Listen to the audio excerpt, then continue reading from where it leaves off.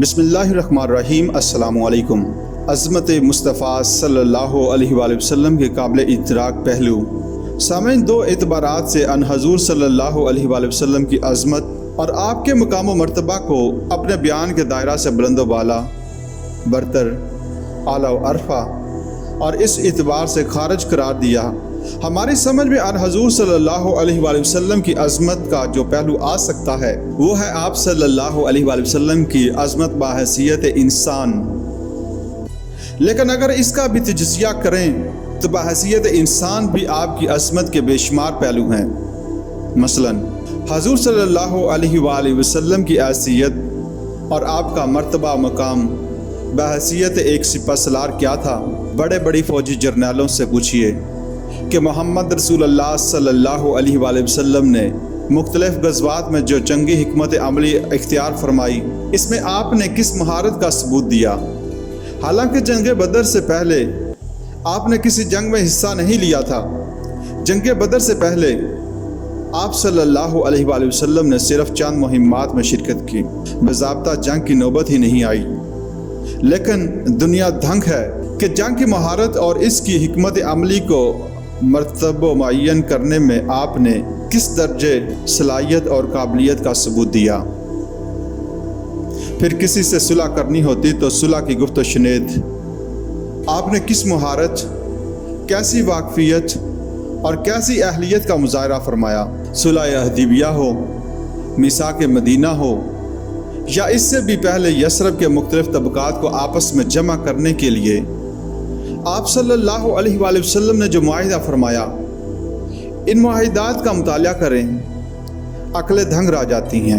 ایک قاضی القضات کی حیثیت سے آپ صلی اللہ علیہ وآلہ وسلم کا مقام کیا ہے؟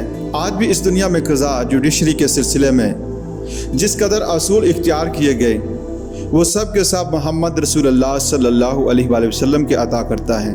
مثلا کسی بھی مقدمے میں ایک فریق کی بات سن کر فیصلہ نہ کیا جائے جب تک کہ فریق ثانی کو بھی سن نہ لیا جائے۔ یہ اصول آپ کا بیان کردہ ہے۔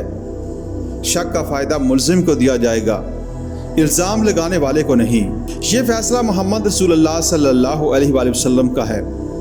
اسی طرح یہ اصول آپ صلی اللہ علیہ وآلہ وسلم نے بنایا ہے کہ 100 مجرم چھوٹ جائیں تو کوئی حرج نہیں، لیکن کسی بے گناہ کو سزا نہ ملے۔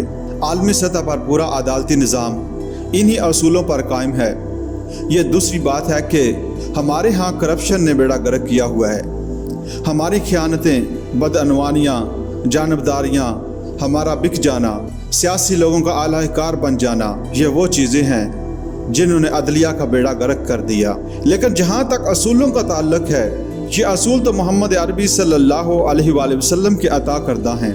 اس سے ذرا نیچے دیکھیے، حضور صلی اللہ علیہ وآلہ وسلم کا بحیثیت باپ کردار کیا تھا؟ یہ حضرت فاطمہ رضی اللہ تعالی عنہا سے پوچھئے۔ حضور صلی اللہ علیہ وآلہ وسلم کا بحیثیت شوہر کردار کیا تھا؟ آپ کی کیا عظمت تھی؟ یہ حضرت عائشہ رضی اللہ تعالی عنہا، حضرت حفصہ رضی اللہ تعالی عنہا، حضرت ام سلمہ رضی اللہ تعالی عنہا سے پوچھئے۔ پھر یہ کہ ایک داماد ہونے کے اعتبار سے آپ کا کیا کردار تھا؟ یہ حضرت عمر، ابو بکر رضی اللہ تعالیٰ عنہ سے پوچھئے۔ گویا کہ جتنے انسانی علائق ہو سکتے ہیں، ان کے اعتبار سے آپ صلی اللہ علیہ وآلہ وسلم کی شخصیت کی عظمت اور کردار کی بلندی ہماری سمجھ میں آ سکتی ہے۔